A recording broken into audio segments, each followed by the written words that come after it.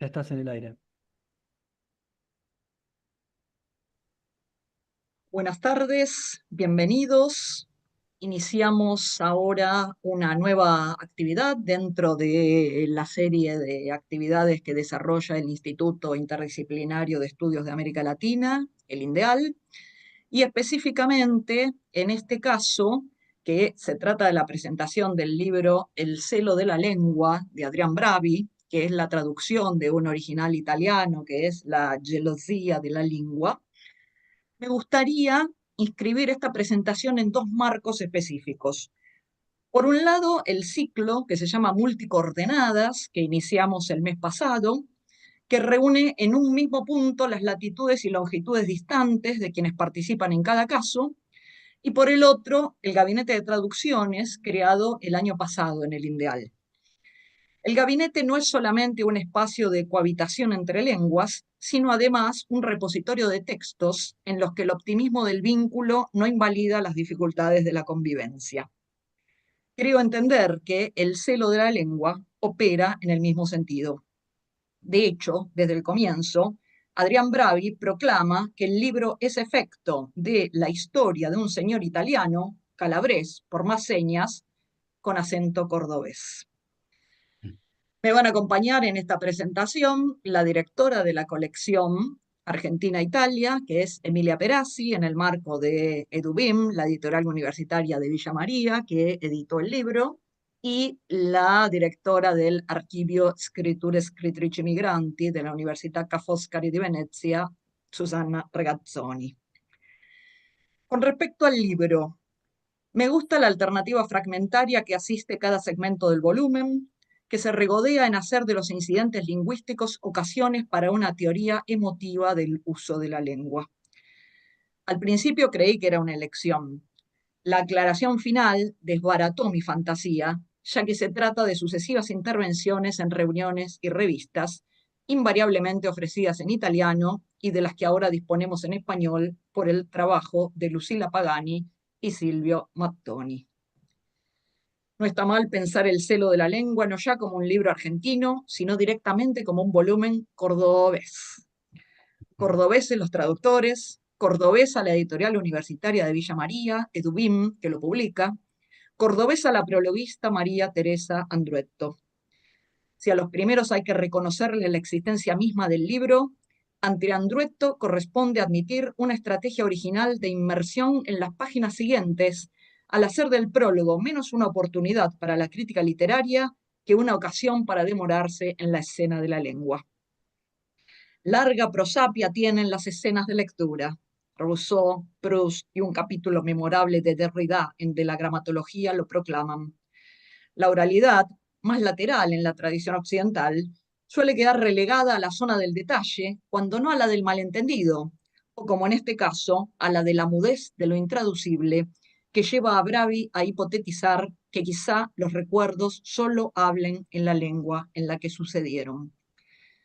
La tía, que como una alegoría extensa de la caridad amamanta a todos los bebés del barco que se traslada a América, convoca un título de la propia Andruetto, lengua madre, a partir de la condición de madre de leche que le ha impuesto la urgencia de las circunstancias. Me resulta difícil establecer dónde comienza efectivamente el texto como conjunto. ¿Es en el prólogo, que originalmente fue una presentación de Andruetto en un foro internacionalista dedicado al español? ¿Es en el epígrafe de Yulia Kristeva, que desde la comprobación hablaba ruso en 15 lenguas, otorga resonancia a ese adagio que desconfía de la poliglosia para proclamar que se puede ser analfabeto en muchos idiomas? ¿O es en el primer apartado, en el que la imposible equivalencia de los términos lagartija y lochértola remiten a la caracterización de la infancia según Rilke? En vez de la previsible cita de Freud sobre el peso del recuerdo infantil en la constitución del sujeto, Bravi elige el psicoanálisis bachelardiano. Allí donde se imponía la cita canónica, el autor memorialista escoge un desvío para introducir el concepto con otro ropaje. ¿De dónde procede esta opacidad de los límites del volumen? Tal vez de que si habitualmente los libros vienen flanqueados por intervenciones externas, A medida que avanzan las páginas, éstas se van aliviando, al menos en lo que atañe a las atribuciones explícitas. Sin embargo, en el celo de la lengua, la cita, la referencia, la alusión y demás estrategias de manifestación de las voces otras se van revelando principio constructivo. La gelosía deja reverberar el término hispano-árabe celosía, un ventanal varillado cuya función es atenuar el deslumbramiento del sol directo, optando por la sutileza de una filtración regulada.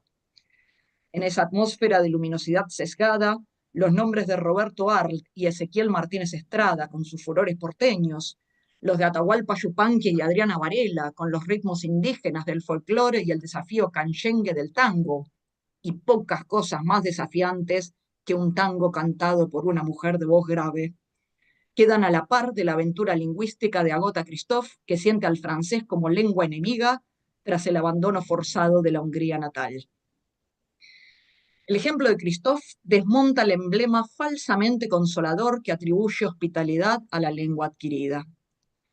Juzgar si su actitud es más sensata o más eficaz que la de dejar la valija a mano porque no se sabe cuándo se volverá al lugar de origen no es propósito de Bravi, tal vez porque no hay una regla y porque ambas alternativas desbordan de dramatismo. Basta recordar la anécdota que circula en torno a Luis Seoane, escritor, dibujante, pintor, editor, emigrado de Galicia a la Argentina en tiempos de la Guerra Civil Española, según la cual vivía en un departamento casi sin muebles, porque estaba convencido de que Franco caería inmediatamente y él lograría regresar pronto. Y no vale esgrimir que además del gallego hablaba español, porque es evidente que el español peninsular suena en América Latina como una lengua extranjera. En voluntario trastorno de un bellísimo título de Furio Bruñoldo, al que Bravi convida, diré que esa de la que los americanos desconfiamos es la lingua di cui si vanta la RAE. Vayan como ejemplo las consideraciones sobre la lengua en el salón literario que Bravi extiende a la idea del desierto en La cautiva. Ya Adolfo Prieto demostró que el paisaje de los inicios de la literatura argentina independiente, es decir, romántica, derivaba de los textos de los viajeros ingleses, aunque en rigor, y Prieto no deja de admitirlo, la idea era de Martínez Estrada. Dicho de otro modo, la literatura argentina es una construcción verbal que arranca de textos en inglés. Ricardo Piglia recordaba la cita errada en el francés improvisado de Sarmiento, aprendido de manera un tanto inverosímil con un libro y un diccionario, según la versión de Recuerdos de Provincia, como si la gramática pudiera compendiarse en un repositorio léxico, para insistir en que la lengua argentina es una lengua traducida. Y en el matadero, la lengua que queda silenciada es la que emplea la chusma de negras achuradoras y matarifes que el narrador, abusivo de hispanismos de los que el idioma de los argentinos prescinde, pretende sepultar. Las mismas expresiones populares impactan contemporáneamente en la gauchesca y se vuelven programa en la polémica sarmientina con Andrés Bello, ilustrada con el desparpajo del sanjuanino. Y cito el verso. En idioma genízaro y mestizo, diciendo a cada voz, yo te bautizo con el agua del Tajo, aunque alguno del Sena se la trajo, y rabie Garcilaso enhorabuena, que si él hablaba lengua castellana, yo hablo la lengua que me da la gana. Entre la galería de exiliados, para quienes el abandono de la lengua es más drástico que el de la tierra, se vive dentro de una lengua más que en un espacio geográfico, señala Bravi. Un nombre clave es el de Josip Brodsky. El exilio, ese acontecimiento lingüístico extremo, lo llevó a escribir en inglés como a su compatriota Nabokov y acaso a hurgar en el alboroto de las perífrasis, al que Bravi apela cuando el italiano de adopción le retasea el equivalente exacto de una expresión en español. Y el arabismo alboroto en la traducción hace resurgir el sustrato en el propio reconocimiento de la limitación. Para Brodsky, la lengua materna deviene cápsula y casi podría decirse cárcel, reeditando el título de Frederick Jameson sobre el formalismo y el estructuralismo, la cárcel del lenguaje. El ruso fue la lengua en que el anciano matrimonio Brodsky recibió el rechazo al permiso para visitar a su hijo en el extranjero. El ruso del Estado soviético al que quedan sometidos los Brodsky es lengua de la negativa. ya no un instrumento para describir o crear, sino, como en una distopía arrasadora, exclusivamente para cancelar. Roland Barthes arriesgaba que la lengua es fascista porque solamente permite decir aquello que está dentro de sus virtualidades, no lo que uno quisiera. En la figura de Lord Chandos, que Bravi recupera, el personaje de Hofmannsthal se retuvo ante la imposición lingüística mediante la denuncia de su fracaso. Al mantenerse fuera de la lengua, el poder que ella pretende le es ajeno. Lord Chandos es un exiliado voluntario del lenguaje. Me agrada atribuirle condición virtuosa a la preferencia que muestra Bravi por evadirse de los clásicos. Si comparece Dante en el libro es de modo episódico. Ninguna referencia hay en cambio a Cervantes, cuyo moro aljamiado hubiera meritado cierta presencia. Lo mismo ocurre en el plano de las historias bíblicas. La confusión de lenguas babélica era demasiado obvia.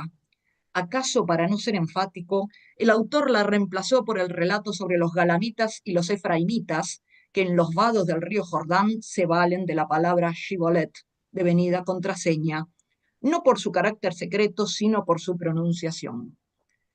Cuando los efraimitas la convertían en sibolet, se delataban. Cierto que el latinoamericanismo militante a mí me lleva no a orillas del Jordán, cuya italianización garantizó Verdi en el coro conmovedor Va pensiero, sino en la ribera de un curso de agua convertido desde entonces en el río Masacre. La narración consta en la novela Cosecha de Huesos de Edwidge Danticat, una haitiana que escribe en inglés. Allí el incidente lingüístico acude a denunciar la llamada masacre del Perejil de octubre de 1937, ordenada por Rafael Leónidas Trujillo. Los haitianos, que cumplían tareas agrícolas en territorio dominicano, indistinguibles a simple vista de sus vecinos de isla, eran obligados a emitir la palabra perejil. Los fonemas franceses, como también los italianos por lo demás, no contemplan la J, y esa imposibilidad los condenaba a una ejecución por motivos prosódicos. Tanto en su remota versión bíblica como en la más inmediata situación caribeña, ambos episodios parecen ilustrar transhistóricamente la provocación de Ionesco hacia la enseñanza de la lengua. La filología conduce al crimen. Y aquí me vuelvo bruscamente filóloga. Por un lado, para advertir que el término criollización, que Bravi retoma a partir de Édouard Glissant, puede ser un falso amigo, como el término mancha que él confundía en su niñez. No es lo mismo criollo en el Caribe que en Sudamérica. El criollo antillano es el creol, lengua de cruce entre el francés de los conquistadores y las lenguas africanas de la población sometida, llevada de manera forzada hasta las islas. Borges recordaba, con su habitual malicia, la lástima del padre Las Casas hacia los indios que se pudrían en las minas y plantaciones de América, lo que provocó el ambiguo alivio que fue el traslado de negros que sufrieran idéntico destino. El criollo sudamericano, en cambio, es el descendiente de conquistadores españoles que abre expectativas en la sociedad virreinal y luego en la republicana. Este ejemplo de un uso americano que reconoce lingüísticamente una diferencia comarcana en el continente es prueba de que dentro de la misma lengua hay términos cuyo significado transita. Lo sabía otro filólogo improvisado, menos que yo, el Freud de Das Unheimlich, que comprobaba que la palabra Heimlich significa familiar o doméstico en ciertas zonas alemanas, significa lo contrario en otras regiones y también significa ambas cosas a la vez en algunas circunscripciones. No quisiera que mi desliz filológico fuera percibido como atrevimiento, sino apenas como respuesta al mismo afán de Bravi, el que lo lleva a especular sobre el momento en que el latín que se hablaba en las calles de la antigua Roma se convirtió en la lengua moderna que llamamos italiano, sin contemplar que el latín de las calles de Andalucía, donde nació Séneca, devino español, y el latín de la Galia, sobre el cual nos ha instruido con tanta perspicacia Asterix, tomó la forma del francés. Afán que también lo coloca al final de la serie, que se abre con Auerbach y pasa por Said y Todorov para enfrentarse con recursos verbales a la genialidad del mundo. Para finalizar, el autor exhibe otra particularidad a la que asigno condición virtuosa: la inclusión profusa de mujeres en su recuento. Una de ellas, Hannah Arendt, sobre quien se detiene admirado por su gesto de no abandonar el alemán, ya que no es la lengua alemana la que se ha vuelto loca. Otra, Julia Kristeva, recuperada a través de textos teóricos en los que se filtra su prosapia, su propia experiencia de cambio de lengua, aquella que la condujo a matematizar la teoría en semiotique, porque no se sentía lo suficientemente segura en francés como para llevar adelante un desarrollo completo. La lógica formal de su elección reemplazaba a la lógica proposicional de su imposibilidad. Quizás extrañe un tanto no encontrar aquí a la Cristeva traductora, quien ofreció la mediación necesaria que permitió conocer a Bakhtin en español. Y por último, Adelaida Gili, que enlaza con otro libro de Adrián, tironeada entre el español rioplatense de una vida desgarrada, menos por el cambio de lengua que por la pérdida de sus dos hijos bajo el horror de la dictadura militar, y el italiano nunca totalmente apropiado, pese a haber nacido y haber muerto en Recanati. Más que en un mundo se nace y se vive en una lengua. Insultamos en la primera que aprendimos, aunque las otras tengan mejores matices, sostiene Bravi sobre el final del Celo de la lengua. Me pregunto en qué lengua insultaría Adelaida Gili, e incluso si el insulto sería suficiente para encararse con una aberración para la cual no parece haber lengua posible. Muchas gracias, Adrián, por esta incitación a las reflexiones y dejo paso a mis compañeras de mesa, especialmente a Emilia, que va a hablar sobre la colección. Bienvenida, Muchas, Emilia.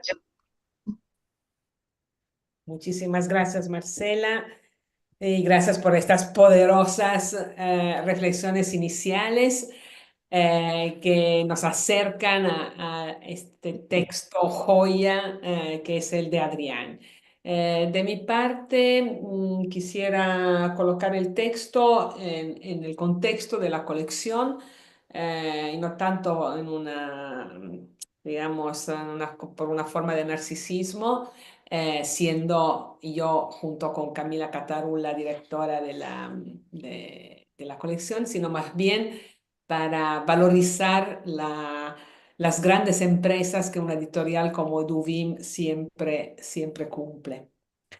Y entonces mencionar un poco a los títulos de esta colección me parece reconocerle a, a Eduvim y a Carlos Gacera y a todos sus colaboradores fantásticos el lugar que merecen, ¿no? En este momento. La colección, como dijimos, se titula Diálogos entre Italia y Argentina, ¿no? El título delata los objetivos, textos, son los textos que aparecen en la colección, se mueven entre Italia y Argentina para certificar los innumerables lazos que vinculan las dos sociedades, las dos culturas, su historia económica, política, social y cultural. Hay momentos en que yo pienso que la historia de Italia es una página de la historia argentina y al revés, ¿no? Y la historia argentina debería ser parte de de la historia de Italia oficial. Las razones de estos lazos son bien conocidas, entonces no pienso que sea necesario volver sobre esto. De hecho, las publicaciones de estos textos que se mueven entre los mundos hasta el día de hoy son 5 y de momento se trata de traducciones. Traducciones de obras que ya aparecieron al italiano y que ahora queremos que se conozcan también en la Argentina, porque es cierto, y esto lo digo como nota al margen y bastante sencilla, hay mucha literatura argentina, o por lo menos utilizando estas pseudo categorías nacionalistas que se está escribiendo en Italia. Por ejemplo, pienso en una cantidad y que se está escribiendo en italiano. Bueno, uno de estos autores es Adrián. Adrián Bravi está escribiendo en italiano desde Italia. Y bueno, es un autor ideal, ¿no? Para certificar esta presencia de fronteras nacionales. Hay muchísima literatura testimonial escrita en Italia, de sobrevivientes que viven en Italia, que se exiliaron a Italia. Estoy pensando también en el último. último, el libro de Marco Beckis, La solitudine sovversivo, ahora se tradujo al español, pero básicamente apareció en italiano y su primera escritura fue en italiano. Marco Beckis, en términos de traducción, ni miró la traducción al español, no quiere verse en castellano, ¿no? Porque tiene miedo de no reconocerse con respecto de la cosa. De no haber sido traducido al italiano, ese libro se desconocería en la Argentina. Lo que está pasando, por ejemplo, con otro texto testimonial que es el de Norma Berti, Donne ai tempi de la oscuridad, que por otro lado, y pensando en eso, y pensando en Arendt, el título la menciona.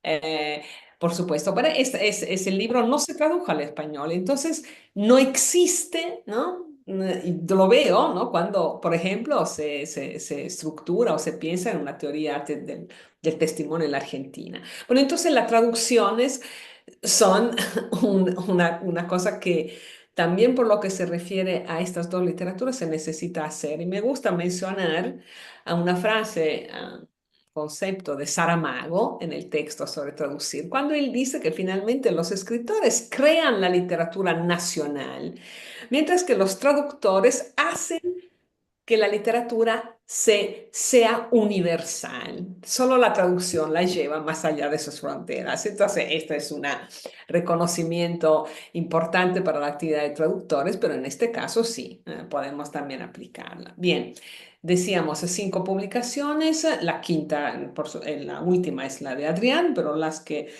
aparecieron anteriormente son la de Claudio Tognonato, Affari Nostri, Relaciones entre Italia y Argentina 1976-1983, que analiza, como dice el título, las relaciones entre Italia y Argentina durante la última dictadura cívico-militar. Ha sido el resultado de una amplia investigación internacional sobre la relación entre los diferentes poderes económicos, políticos, militares italianos y la dictadura argentina. De cierta forma, al concluir la lectura de este texto, la reflexión final es quizás sin el apoyo del Estado italiano y de los poderes italianos, la dictadura argentina no hubiera logrado imponerse. El texto de Toñonato pasa por los acuerdos comerciales entre el Estado italiano y las empresas privadas que después actuaron en la Argentina, sobre la estrategia internacional de la P2, sobre el papel de Ulicio Gelli en las relaciones políticas y económicas con la Argentina de los militares. Se detiene muchísimo en el silencio de los medios italianos sobre lo que estaba pasando en la Argentina en esos años. El texto pues escribe como una página inédita y feroz de las relaciones entre Italia y Argentina, a menudo silenciada esta página por las benignas mitologías familiares de las historias de inmigrantes, ¿no? Que en el imaginario construyen otro tipo de historia en términos de relaciones entre otros países. El segundo texto es el que compila Camila Catarula, se titula Argentina 1976-1983, entonces otra vez estamos en el mismo segmento del tiempo, Imaginarios Italianos es el subtítulo, y el texto pretende presentar el imaginario italiano que se conformó alrededor de la dictadura y de la postdictadura. Profundiza en sus razones, en sus recreaciones de esa época, en la relectura de imágenes y de los estereotipos que caracterizan el imaginario italiano sobre Argentina. Entre los ejes temáticos de los artículos reunidos de los capítulos que conforman el libro, por un lado se aborda la literatura italiana comprometida con la memoria del duelo, vasta, muy poco conocida, hasta llegué en algún momento a hipotizar la existencia de un testimonio de tercer nivel, o sea, testimonios, o sea, testigos que no pertenecen ni a la época ni al lugar de los acontecimientos, pero que siguen relatándola a través de una cadena de citas.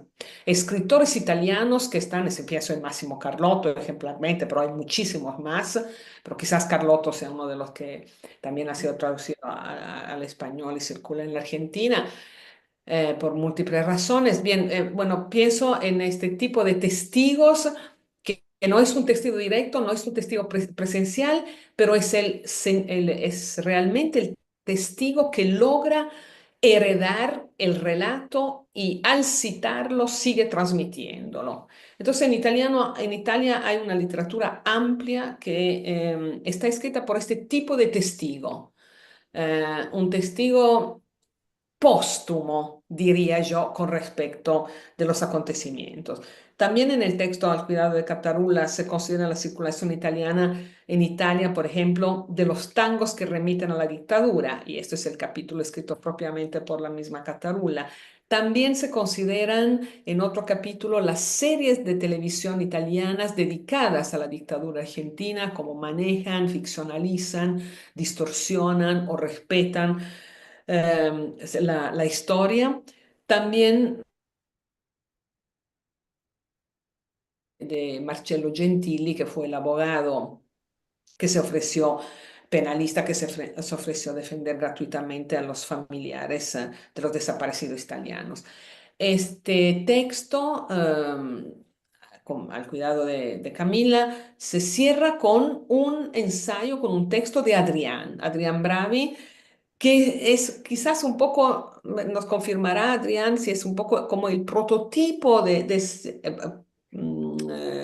cierta reflexión que se extenderá tanto a través del celo de la lengua como a través del último traducido y publicado ahora justamente se está presentando en la Argentina, Adelaide, dedicado a Adelaida Gigli. Y en este texto, Adrián utilizó como título el de la lengua como defensa, ¿no? Y propuso la disyuntiva que se dará a lo largo, pienso yo, de todos los celos el celo de la lengua, entre esta lengua que por un lado es la lengua madre como defensa de su propio pasado y al mismo tiempo la lengua otra, la lengua nueva, la lengua en que vas a habitar después y sucesivamente, que funciona como una liberación de este mismo pasado. En efecto, siempre me conmueve, y ahora lo voy a leer, dos líneas de del ensayo La lengua como defensa de Adrián, cuando habla de Adelaida. Hablaba un italiano impreciso, Adelaida, cuenta Adrián. Por eso prefería conversar en argentino.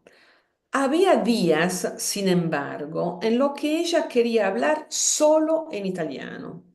Veía desfilar demasiado cerca sus fantasmas y tenía la necesidad de remover esas voces interiores con la nueva lengua adquirida. Lengua como defensa, escudo o cápsula, pero también espacio de una fractura irreparable. No se puede recordar. Esto me parece que se vincula con parte de las reflexiones que hizo Marcela también en presentar tu libro y pienso que esto puede ser un eje del cual conversar cuando entremos directamente al libro. El tercer título de la colección es el título de una autobiografía migrante de otra, otra persona, el escritor se llama Vanni Blengino, que osciló entre lenguas, patrias, afiliaciones, desafiliaciones entre Italia y Argentina. El título es On Mil América, Recuerdos de la Argentina en el baúl de un emigrante. Blengino se mueve con su familia desde Italia a la Argentina después de la Segunda Guerra Mundial, entonces es una emigración de los años 50. Llegan a la Argentina y allí el relato se construye a través de recuerdos personales, a través de recuerdos familiares, pero a través de la reflexión del que definitivamente es un académico, porque Van Blengino es uno de los grandes estudiosos de historia literaria argentina a la que se dedicó toda su reflexión y carrera. Entonces tenemos en este ensayo no solo todos los temas fundacionales de la literatura migrante, sobre todo el tema de la tríplice identidad de los migrantes, la italiana, la argentina y la tercera, que hasta asombra al protagonista mismo, ¿no? Que se adquiere por la fusión, mezcla de todas estas. Pero en este libro, más allá de estas reflexiones, nosotros tenemos una especie de poderoso estudio en primera persona, pero en primera persona y estudio a la vez sobre temas como los del exilio, de la migración, de la identidad.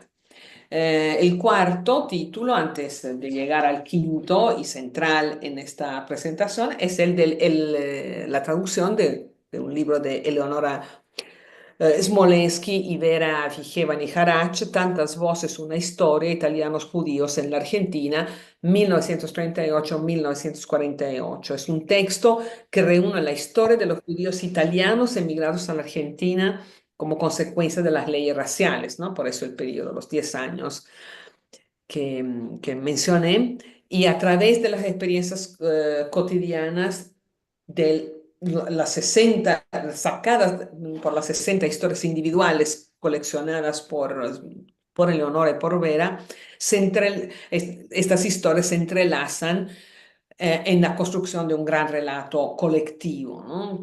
Conformado por testimonios emotivos de un pasado histórico marcado por la guerra y por la persecución, pasado histórico que se suma a las estrategias desplegadas para afirmar una identidad social en exilio. Entonces es una gran historia relatada tanto desde el punto de vista individual, biográfico, como de la biografía de un mundo, de una comunidad en su desplazamiento.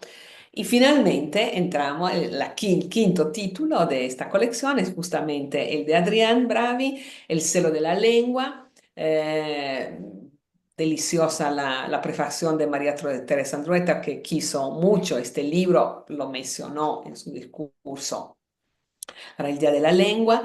Ya Marcela mencionó a los traductores, que son Lucila Pagani y Silvio Mattoni. Obra ideal para esta colección de cruces, de movimientos, de lenguas, memorias, ideas, porque lleva el libro de Adrián lleva la cuestión de las identidades a uno de sus puntos medulares, ¿no? La construcción, deconstrucción y reconstrucción de identidades a través de la lengua o de las lenguas, ¿no? Cómo habitamos una lengua, cómo la lengua nos habita, me parece que son todas inquietudes que circulan por el libro. ¿Qué pasa cuando elegimos otra lengua para contarnos, ¿no? Entonces, y ya lo vimos, ¿no? Que lo vimos, por ejemplo, en el microtexto dedicado pronunciado por Adelaida Gigli. Entonces, estas son algunas de las pequeñas, grandes preguntas, pequeñas mi síntesis. La pregunta en realidad son grandes y complejas que circulan por este ensayo joya, como lo definí al principio, que es este escrito por Adrián. Y entonces devuelvo la palabra a Susana en este caso para que profundice Sí, en el sí. texto de Adrián. Bueno, Gracias. buenas tardes, buenas noches y muchas gracias a Marcela por la invitación y a Emilia por acompañarnos y a Adrián por estar aquí con nosotras. Muchas cosas que yo quería decir ya se han dicho, así que puedo resumir mucho más. Mi presentación se arma a través de preguntas. Adrián Bravi para poder hacer, digamos, una conversación sobre el libro. Yo a lo mejor intento resumir y saltar lo que ya se dijo anteriormente. Adrián Bravi ha sido nuestro invitado en varias ocasiones en Venecia, en el Archivio Scritture e Scrittrici Migranti.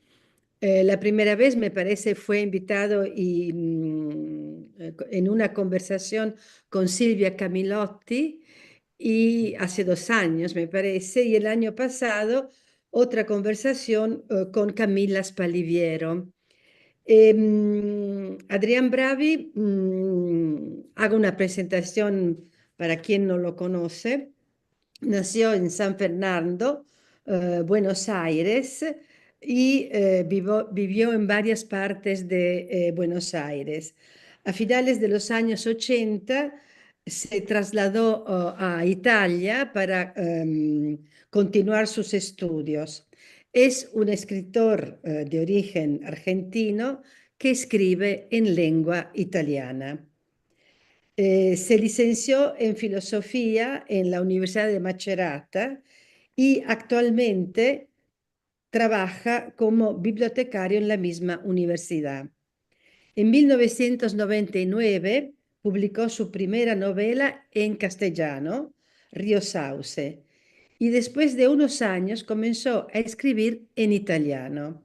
Son muchos los títulos: Restituiscimi il cappotto, 2004, La Pelusa, 2007, Sud, 1982, publicado en 2008, Il Riporto, 2011, L'Albero e la Vacca, 2011, L'inondazione, 2015, L'idioma de Casilda Moreira, 2019, Il Livetatore, 2020, El Dorado, 2022, y finalmente Adelaide, de la que ya se ha hablado mucho, 2024.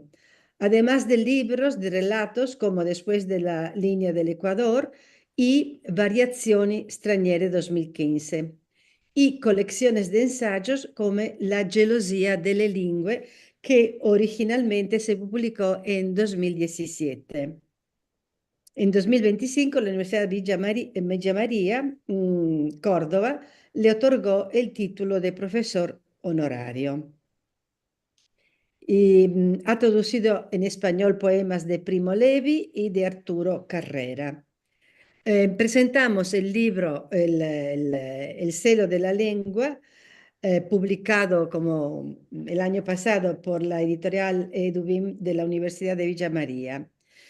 Es un libro difícil de definir y de considerar en un género específico. Es un libro mosaico, como dice el mismo autor, como lo define, centrado en la implicancia de vivir entre lenguas diversas, tomando como punto de partida la lengua madre. Adrián Bravi, en primera persona, a través de 28 breves textos, introducidos por una premisa de la que ya habló Emilia, de María Teresa Andruetto, se pregunta qué le sucede a un autor cuando decide abandonar su propia lengua para escribir en una lengua distinta a la suya, qué se pierde en este pasaje y qué se gana. Además, cuáles son las razones posibles de este cambio que supone siempre riesgos. Son reflexiones intensas relativas a la importancia de la lengua materna, que es la base sobre la que se afirman las demás. Sin embargo, la elección u obligación de hablar en otra lengua presupone un renacimiento. El autor añade que a pesar de poder escribir, pensar y soñar en otras lenguas, nunca se puede prescindir de la lengua primera, la materna, que no solo nos enseña a hablar, sino que nos da una mirada y una manera de ser y estructurar nuestra interioridad. El epígrafe seleccionado es de Julia Kristeva y refuerza la idea de que se habla la lengua materna en muchos otros idiomas.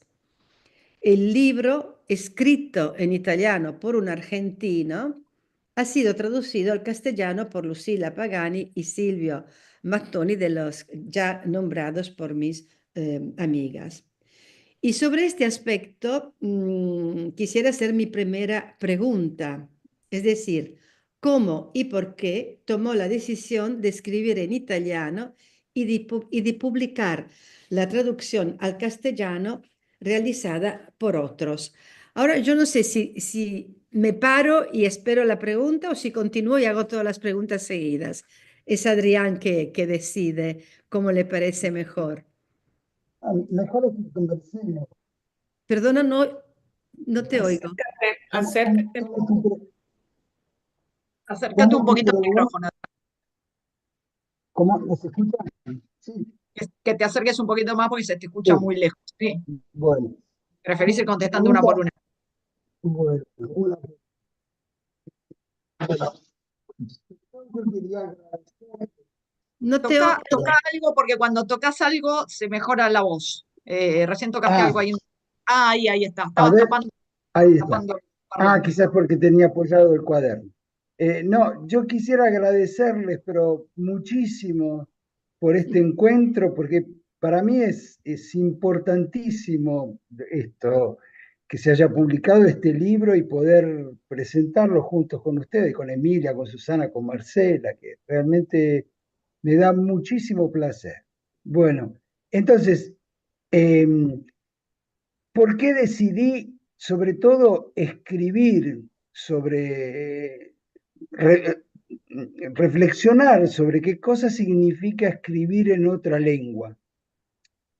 Para mí, el hecho que no es secundario el hecho que elija otra lengua de escritura que no es mi lengua materna.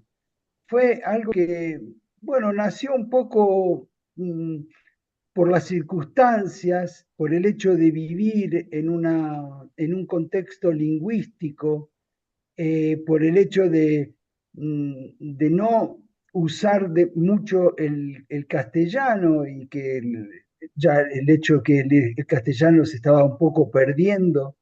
Entonces, bueno, empezar a escribir en italiano para mí me llevó también a reflexionar qué cosa significa escribir en otra lengua, ¿no? Entonces, buscando, investigando sobre qué cosas habían pensado también otros autores, y traté de hacer una cinco para ver cuáles eran, no tanto desde el punto de vista lingüístico, sino qué sentimiento hay en un autor determinado, como Brodsky, Beckett, los que se nombraron, en escribir en otra lengua. Y bueno, entonces de ahí la necesidad de empezar a razonar sobre esto. Yo no encontré una, un tratamiento, no sé si se puede decir, sobre, por ejemplo, en Wilcock, que era un autor que me encantaba y que a mí me hubiera gustado a ver qué decía Wilcock del hecho de escribir en un perfecto italiano, como el que usaba Wilcock, o en otros autores que efectivamente simplemente escribieron en otra lengua sin reflexionar sobre esto. Bueno, entonces traté de ponerme este problema. ¿Qué se pierde cuando se escribe en una lengua distinta de la propia? ¿Qué se pierde y qué se gana? Porque efectivamente escribir en otra lengua es como tomar una distancia de una cierta estructura, también gramatical, y verla desde afuera.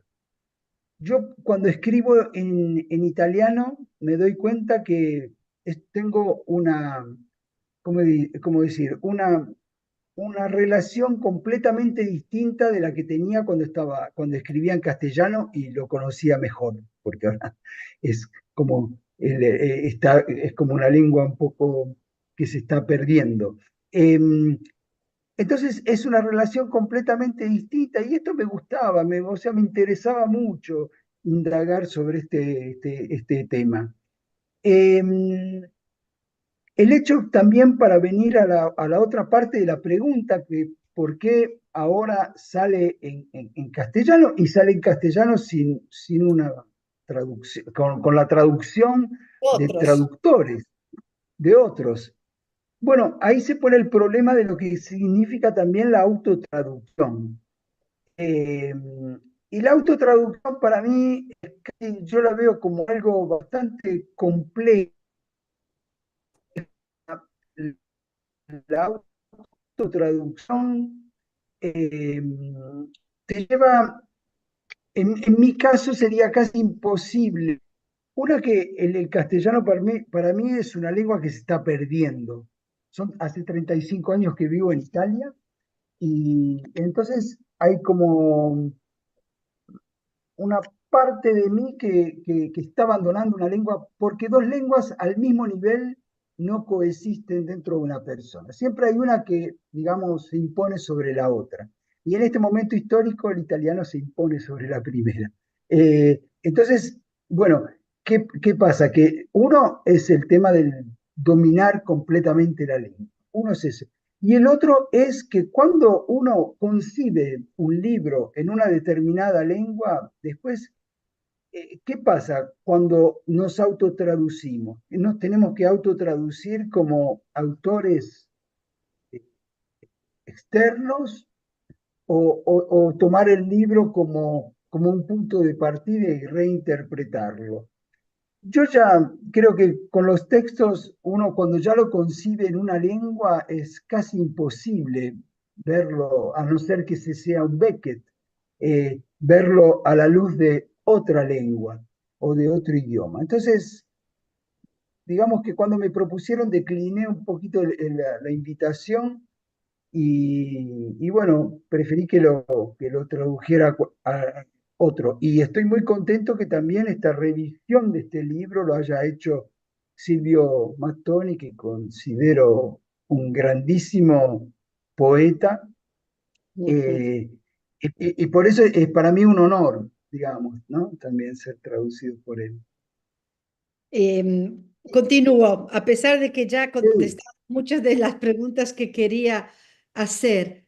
Entonces, mi comentario decía, a través de una serie de capítulos breves, a medio camino entre el relato autobiográfico y el ensayo, y aquí también tenemos una dificultad en definir este tipo de escritura.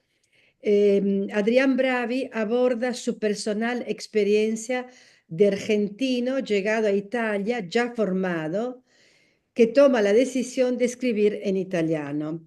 Al revés, por ejemplo, de la italiana Siria Poletti, que en los años 60 del siglo pasado llegó ya formada a la Argentina como italiana, pero decidió escribir en castellano. El autor reflexiona sobre las posibilidades que le ofrece esta nueva lengua. Presenta asimismo a varios autores que por diversas razones y vicisitudes han cambiado de lengua y reflexiona sobre ese cambio vital, incluyendo una extensa bibliografía sobre ellos y referencias de expertos, expertas sobre el tema. Además, analiza el problema de la traducción, y usted ahora lo dijo, lo dijiste, vos lo dijiste ahora, problema de la traducción en sus distintas variantes, traducción al o desde la lengua materna, autotraducción, traducción libre, reinvención, etc. El libro se abre con la famosa cita ya comentada de Julia Kristeva que anticipa el motivo del libro. Cito, hablaba el ruso en 15 lenguas. La pregunta en este caso sería si la lengua materna es la dominante y si las lenguas que se adquieren a posteriori tienen que pactar o se tensionan con ella. De alguna forma ya contestaste a esta pregunta, sí. pero hay otra pregunta que sigue. Una lengua tiene variaciones generacionales, geográficas, temporales, de pertenencias a ciertos grupos. Sin embargo, hay palabras que nacen en una lengua y otras que nacen en la segunda lengua.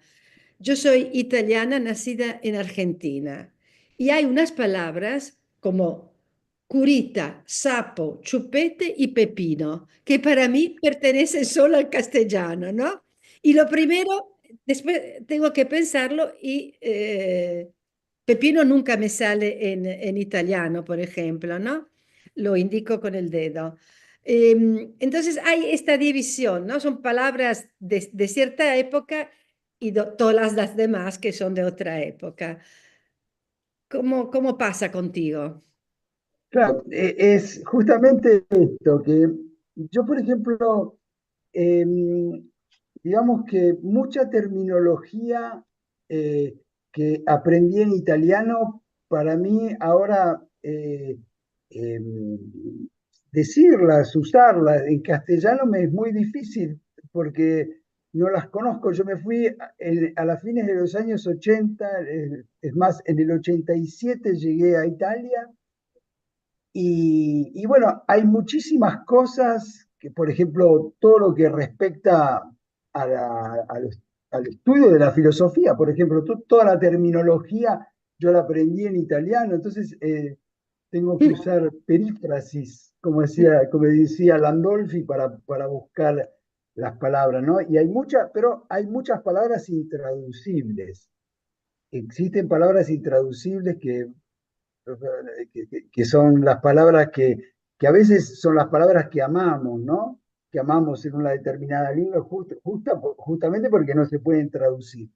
Pero después están las otras palabras que forman parte de nuestro idioma íntimo, de nuestra lengua íntima, que son palabras que están como que pertenecen a los propios recuerdos y que son palabras que llevan consigo misma toda una serie de recuerdos y distancias del pasado, de infancia y demás, que pueden ser fácilmente traducibles, pero que para nosotros no lo son, ¿no? Y la palabra que justamente decía Marcela, entre la palabra lagartija y la palabra lucertola, que la traduce literalmente, no hay ningún... Pero en la palabra lagartija para mí es una palabra íntima que pertenece a mi infancia, y la palabra lucertola, en cambio, no, es una palabra que no tiene infancia, así como para mí todo el italiano no tiene infancia, ¿no? Porque todos los colores y los sabores y demás, todo ese mundo que pertenece a mi infancia habla en castellano y no en italiano. Es decir, que eh, hablando en italiano hablo una lengua que no tiene esa infancia.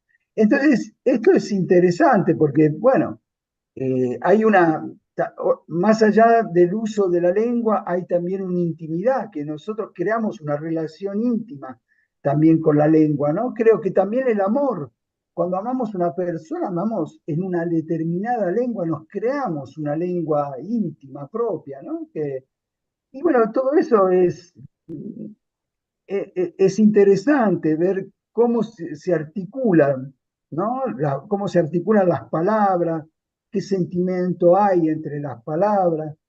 eh, y creo que la lengua nos lleva también a una especie de intimidad. Nos construye una intimidad propia. Y esa intimidad a veces va traducida, porque obviamente que tenemos que traducirla, pero el sentimiento queda como una especie de maternidad, ¿no? Dentro de nosotros. Y que esa maternidad después nos da también, queriendo, un imaginario. Yo, por ejemplo, la mayor parte de mis libros eh, son muy, al menos para mí, después no lo sé, son muy argentinos como imaginario. Son muy argentinos como imaginario. Eh, Escritos en italiano. Sí, exactamente. Es un Sí. imaginario argentino, pero escrito en italiano. Sí, sí, esto lo Sí, quería decir al principio, pero ya es evidente. Esto es una característica muy evidente y muy interesante, porque no solo argentino, pero también otras partes de América Latina. Decir que hay muchísimo de argentino en los libros, en los libros que yo leí tuyos, y no hay, todavía no hay, o no me di cuenta de Italia, o muy poco, digamos, ¿no? Esta es la parte biográfica de este libro. Después hay una parte totalmente ensayística, muy, con muchos nombres, mucha bibliografía, muchos títulos, em, muy importante. Y entonces, a este respecto, yo quisiera saber cómo entra, si entra el otro trabajo tuyo, que es el de bibliotecario, ¿no? Porque, no sé, en mi imaginario, el trabajo de bibliotecario corresponde más a leer y el trabajo de escritor corresponde a escribir, ¿no? Estas dos actividades se cruzan, sirven, se compenetran, se alimentan. ¿Cómo funcionan estos dos aspectos de tu... Sí, es exactamente así. Mi trabajo como bibliotecario, digamos que se articula en modo un poco distinto. No es solo, digamos que lo tengo que declarar acá, yo no puedo leer cuando trabajo. Bueno, No pero puedo sí, leer. pero yo no creo que haya Pero, decenas y decenas de estudiantes que te piden libros. claro, Me pero imagino. sí, No es deberías, que no uno sabemos si lo haces. Pero veis no los lo puedo, títulos, eliges los libros. no lo puedo declarar. Pero claro, es que tengo a disposición toda una serie de textos y efectivamente es así. Mi trabajo me ayuda muchísimo eh, porque me ayuda también a encontrar ciertas noticias, a encontrar argumentos, no solo por muchos textos que escribí, ¿no? Me siento facilitado porque tengo a disposición toda una serie de catálogos y demás. Entonces es un trabajo que me da la posibilidad de poderme mover y manejar bien lo que es la búsqueda bibliográfica, de una parte.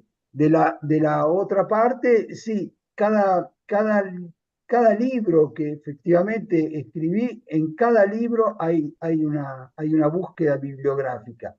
Allá, asimismo, cuando escribo cosas que aparentemente no tienen una referencia específica, ¿no? a autores o qué, pero hay siempre una búsqueda sobre determinados argumentos.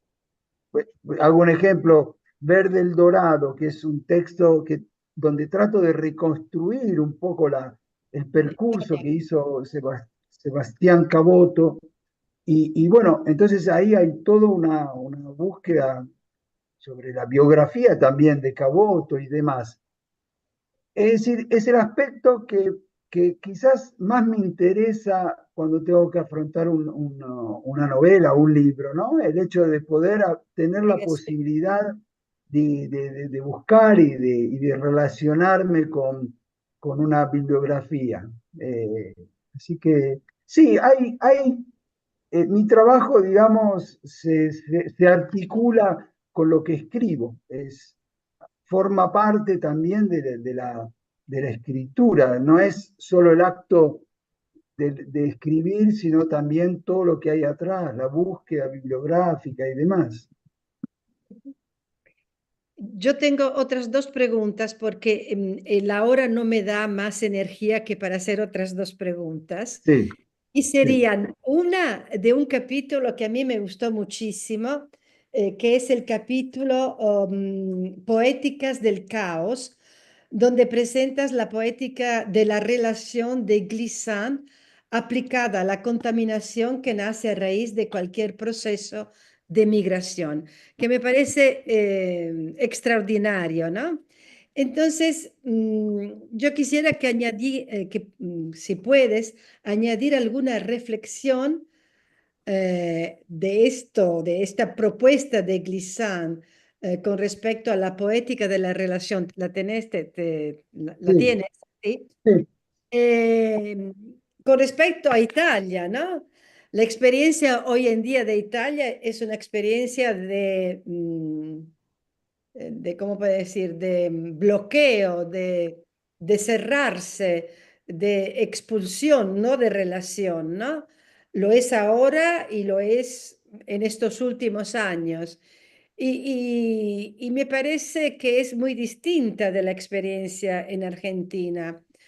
Nosotros con el archivio todos los años hacemos una maratona de lecturas, l'altro sono io, precisamente intentando ofrecer a los jóvenes estudiantes de nuestra universidad, de todas las escuelas, el conocimiento de cómo se enfrentó en el pasado y también en el presente la experiencia de las migraciones, ¿no?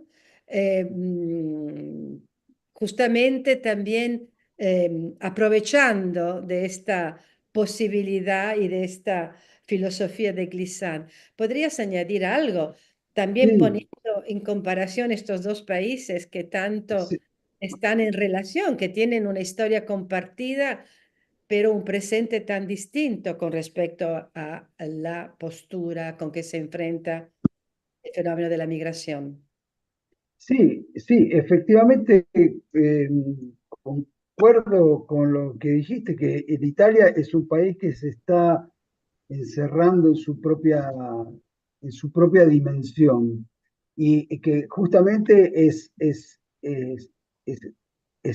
lo contrario de lo que podemos imaginar a la Argentina de los años, qué sé yo, de los años 40, de los años 50, o desde el siglo XIX hasta ahora, ¿no?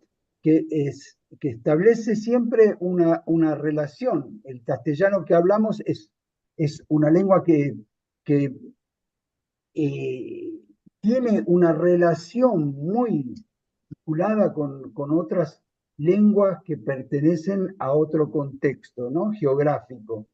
Cosa que Italia me parece que, sobre todo últimamente, se está como arrocando, encerrando en su propia, no solo en su propia estructura lingüística, sino también humana. Entonces, es como una sociedad que está tratando, está imponiendo una sociedad sin relaciones.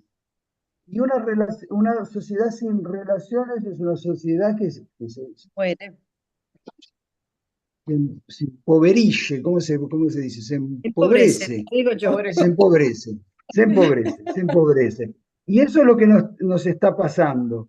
Es decir, Glissant, la cosa interesante también, hay un concepto que deriva de Deleuze, que es el de rizoma. Sí. El rizoma es una raíz, ¿no? Que va en horizontal y encuentra otras culturas. En cambio, nosotros en Italia es como que hay cuando pensamos a nuestra relación hoy en Italia, se piensa como una cultura que tiene raíces profundas, ¿no? Identitarias. Y la identidad es un concepto muy peligroso porque excluye, es un concepto que excluye. Entonces esto, que tendríamos que proponer y pensar a una sociedad más rizomática que al menos encuentre otras culturas, otras lenguas, otras contaminaciones. Y lo que yo creo que tendríamos que empezar a pensar es al hecho que si bien hay una fuerte migración, pero es una migración que queda como un poco excluida, ¿no? de la sociedad. Hay una grande migración, pero es una migración que queda al margen y que no logra compenetrarse. Sí, con respecto a esto, mi última pregunta se relaciona con la nueva literatura italiana de escritoras y escritores con los que te encontraste en la última vez que viniste a Venecia, que son de origen o de cultura o nacidas a veces nacidas en Italia, pero pertenecientes a otras culturas, ¿no? Y entonces, mm, eh, me refiero por ejemplo, a Jhumpa Lahiri, inglesa de origen indio, pero que escribe en italiano, al citado Marco Becchis o Becchis, que es chileno, pero escribe en italiano y se traduce al castellano por traductores oficiales, a Nilda Ibrahimi, albanés, que escribe en italiano. ¿Te reconoces en este grupo? Sí, en el sentido, yo me reconozco en este grupo Mucho más, porque, son claro, muchos más. sí, es mucho más amplio. Entonces, yo me reconozco porque justamente son estos autores que logran entrar un poco y traer un color, un nuevo color en la cultura italiana. Es decir, que hay un poco también el imaginario y el italiano a nuevas palabras, a nuevas formas de representar la realidad, porque ven, es como ver también una realidad desde otros puntos de vista. Me interesa mucho el libro, bueno, de Jhumpa Lahiri, desde ya me parecía muy interesante el hecho de ver cómo una persona extranjera que proviene de otra cultura y de varias lenguas, porque Jhumpa Lahiri habla muchos otros idiomas, pero ver cómo entra en el italiano, ¿no? Y cuáles son las dificultades que encuentra para aprender el italiano. Eso me encanta. Bekis, bueno, Bekis, que lo nombraste, yo lo reseñé el libro de Bekis. A mí me gustó mucho porque justamente por lo que él también representa en la historia argentina, ¿no? Y bueno, es- son autores también, a mí me interesa mucho, por ejemplo, Ornella Borzi, que es también albanesa, y que Sí, la escribió conozco. también en un italiano bellísimo, y cómo hizo entrar en sus historias toda la parte de la cultura albanés y verlas a través del italiano, que es una cosa que a mí me gusta porque es lo que hago yo, ¿no? Ver este que puede resultar también un cortocircuito el hecho de ver un contexto, una historia que pertenece a otro contexto lingüístico, pero verlas a través de otra lengua. Y es una cosa que me interesa mucho. Por eso sí, me identifico con muchos de estos autores. Eh, si bien creo que yo al principio ni siquiera sabía de poder hacer parte de autores así dichos migrantes, porque los primeros, yo después del segundo libro, supe que existían autores, así llamados autores migrantes. Yo no sabía que existían. Hasta cuando publiqué La Pelusa, un día fui a presentarlo y me invitaron a un congreso que era en Ferrara, donde después participé, pero después del segundo libro, es decir, que no me ponía el problema si estaba escribiendo en otra lengua que no sea la mía, pero después pude entender que había muchos autores con los que también esta relación entre una cultura distinta y el italiano estaba bien presente. Entonces, la cosa me me interesa mucho el hecho de poder ver otras culturas a través de la lengua italiana. Ojalá esto pudiera existir también en la sociedad, en las relaciones humanas. Bueno, es un principio. ¿no? Sí, sí, sí.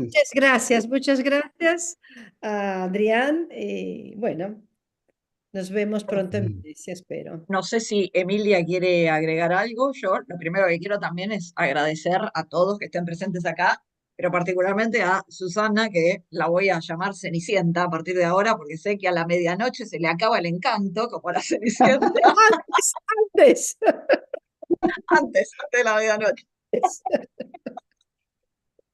Bueno, No sé, Emilia, si querés. me gustó muchísimo el libro, realmente me gustó mucho, muchísimo, aprendí mucho y agradezco a mis compañeras de esta noche la oportunidad de poder... Son las 6:10 de la tarde, como esta noche. Justamente esto de multicoordenada juega con eso, ¿no? Latitudes y longitudes diferentes. Y también esto que conversaban ustedes recién, que tiene que ver con ese proyecto que creamos el año pasado en el INDEAL, que es el Gabinete de Traducciones, que no se refiere solamente a cuestiones lingüísticas, sino también a cuestiones culturales, a cuestiones que tienen que ver con la circulación editorial, que fue lo que mencionó también Emilia, ¿no? Porque de pronto veía que lo que señalaba Susana es que es un libro que está metido en un contexto cultural bastante amplio, que es el de estos autores que escriben en italiano, pero sus orígenes no son estrictamente italianos, eh, y parecía como una cosa muy internacional que termina siendo publicada en una editorial de Córdoba, ¿no? Entonces, es este juego entre lo internacional y lo provincial, lo recortado, una editorial que además tiene una proyección magnífica y en la que todos los que podemos publicamos, porque es una editorial fantástica, la verdad, ¿no? Tiene un catálogo muy lindo, y la gente que trabaja ahí, bueno, empezando por Carlos, que es el director, pero Emanuel, que también es un gran editor, son todos de una amabilidad y con ese tonito cordobés que nos gusta tanto. Así que bueno, me gustaba esto también. Era muy apropiado ponerlo dentro del ciclo multicoordenadas y era muy apropiado incluirlo dentro del gabinete de traducciones porque tiene que ver con todos estos juegos. Y es más, voy a confesar algo. A fines del año pasado, cuando Edubin recibió el premio Conex, yo fui a la ceremonia y justamente después había ahí como un pequeño brindis y le dije a Carlos, porque había estado en Venecia y Susana me había llamado la atención respecto del libro sobre Adelaida, le dije a Carlos, conseguime el de Adelaida que lo quiero traducir. Sí, Y me dijo, no, parece que Bravi ya arregló con una editorial grande. Así qué que bien, qué bien. se perdió esa posibilidad. Pero Ah, si hubiera puedo, sido, ay, perdón, Adrián, querías decir algo. hubiera sido un honor, hubiera sido un honor Bueno, no sé, pero para mí si lo traducía. No, Adrián, Emilia. te quiero preguntar una cosa, porque siempre cuando hablamos de la cuestión de las dos lenguas, el materno y el nuevo, ¿no? Hablamos de escritura, pero ¿no? De los escritores que escriben, el cambio de lengua se da o se percibe desde ese momento, el momento en que tú decides adoptar o ser adoptado por otro idioma, ¿no? Hasta interiorizarlo. Pero mientras que tú hablabas, se me ocurrió pensar que quizás pensemos menos en la cuestión, en el tema de la lectura. ¿No? La escritura vuelve evidente, ¿no? La disyuntiva entre un idioma propio y otro que se hereda o se adquiere. Es que con la lectura somos como un poco más benignos o distraídos, ¿no? Se pueden leer en muchos idiomas. Lo importante es que tú conozcas para entender, pero no es cierto, sobre todo cuando lees la literatura. A mí me pasa, sin tener una historia lingüísticamente demasiado compleja, pero sí que dependiendo del idioma en que leo, hay formas de reacción emocional, de interiorización, de identificación muy diferentes, ¿no? Por ejemplo, a mí me resulta muy incómodo leer, porque tengo un efecto distorsionador total si yo leo a un texto argentino, latinoamericano, si lo leo traducido, si me parece una falsificación sonora, ¿no? Que ya constituye una barrera, independientemente de la excelencia de la traducción, pero ya no es este. Entonces me pregunto, para un escritor, tú estábamos en la pregunta de Susana, era pasaba también por la biblioteca, las muchas lecturas, ¿no? Leer en italiano, leer en castellano, no sé si lees en otras lenguas, pero ya pusimos a estas dos como las lenguas en cuestión, ¿no? En tu formación e identidad de escritor. Entonces, ¿qué relación hay en términos de lectura con estos dos idiomas, ya no de escritura? Sí, es fundamental la pregunta. Mira, y les puedo responder con un ejemplo. Yo cuando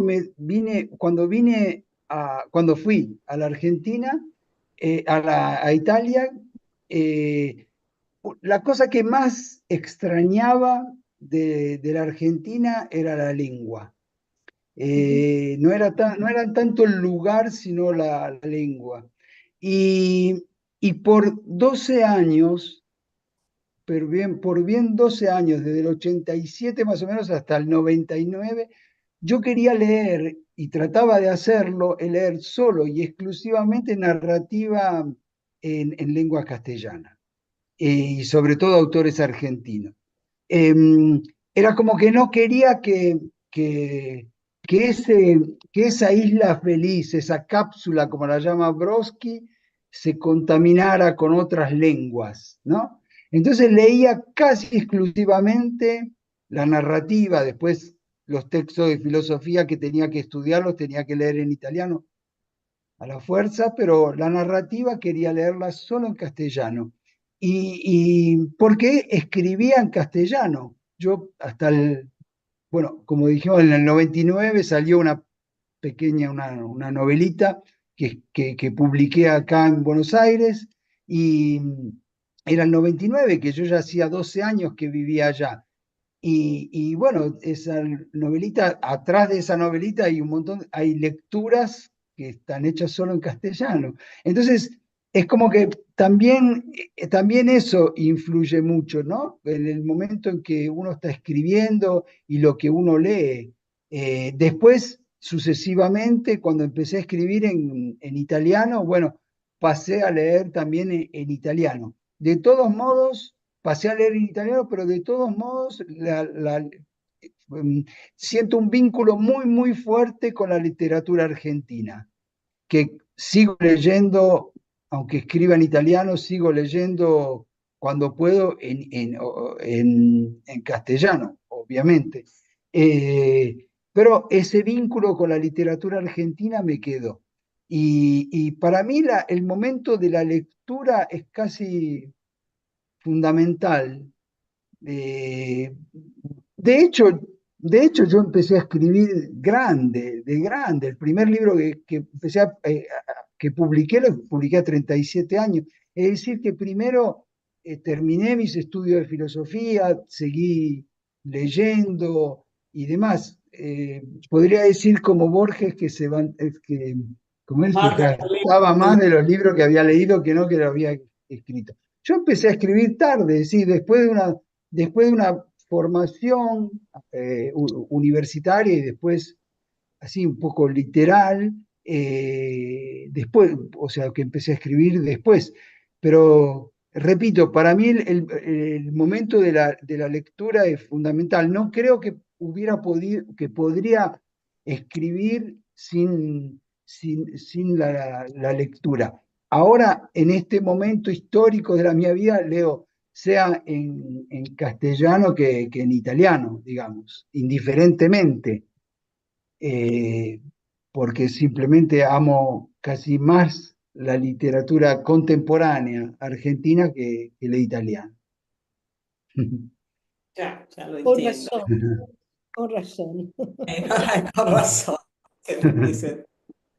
Sí, esta lengua es como si esas posibilidades que la escritura te da, por lo que comentaste y por lo que cruza el libro, o sea, mientras que la opción entre otra lengua, una lengua nueva para escribir, puede funcionar como liberación. ¿No?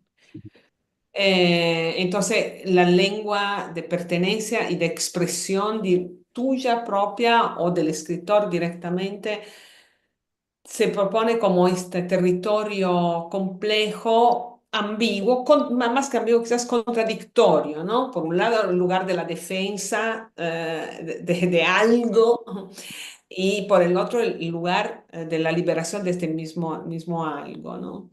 Sobre todo en términos de pasado, esta lengua con infancia o sin infancia, ¿no? Que me parece muy interesante como para pensarlo. Pero todo este juego, esta contradicción fértil, por otro lado, eh, no melancólica, pero en la lectura se da menos, ¿no? En la lectura hay como una reconciliación, eh, no es exactamente la lengua, es tu lengua materna, pero no es exactamente tu lengua, la lengua de la lectura, porque Claro. sigue siendo la lengua del otro escritor, ¿no? Entonces tú puedes escucharla, no dejándose avasallar, ¿no? O reflejando totalmente, pero salvar de esta lengua mm, la infancia de esta lengua escuchada antes, ¿no? Y allí relajarse y sentirla como propia, ¿no? Sin necesidad de liberarse de esta lengua, me parece. La lectura entonces es un dispositivo también emocional que funciona de manera bastante diferente con respecto de la escritura en la relación con lengua materna y adquirida.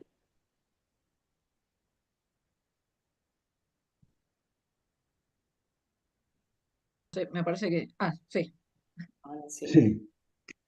No, para mí cuando leo autores argentinos, siento como que hay algo que me pertenece mucho, y más allá de también de la lengua, también como imaginario, aunque cuenten cualquier cosa. Entonces, como que, no sé, hay como una identificación en eso. Y, y bueno, es el hecho, qué sé yo, por ejemplo, yo cuando leo César Aira, me siento como que estoy en mi casa. Es una literatura en la que me siento en mi casa. Es la literatura que amo, la literatura que me gusta, que me divierte, y que, bueno, digo César Aira porque es uno de los más conocidos, pero hay millones de otros autores que me interesan mucho. Y bueno, me hacen sentir, o sea, no siento esa lejanía. Y no, aunque yo escriba en italiano, a veces leo autores italianos que siento la lejanía. Con los autores argentinos un poco menos. Quizás por eso que decía, no tanto por la lengua en sí, sino por el imaginario que proponen. Eh, sí. Ujú. Gracias, Eso. Adrián. Gracias. De nada, de nada, de nada, de nada. Bueno, quiero agradecer otra vez la presencia de todos aquí. Yo fui controlando cada tanto que saliera bien la transmisión y hay gente siguiendo. Hay alguien que comentó que era un lujo este espacio, incluso desde YouTube, así que después lo van a poder revisar, volver a escuchar. Agradezco nuevamente entonces a Emilia que está ahora en Cerdeña, según dijo, ¿no? No solamente, no en Torino ya, sino en Cerdeña. A Susana, que logramos mantenerla despierta hasta esta hora. No sé, a lo mejor está dormida y se puso un antifaz. Y bueno, Adrián, por el libro y por el hecho de que el libro se haya publicado en Argentina también, ¿no?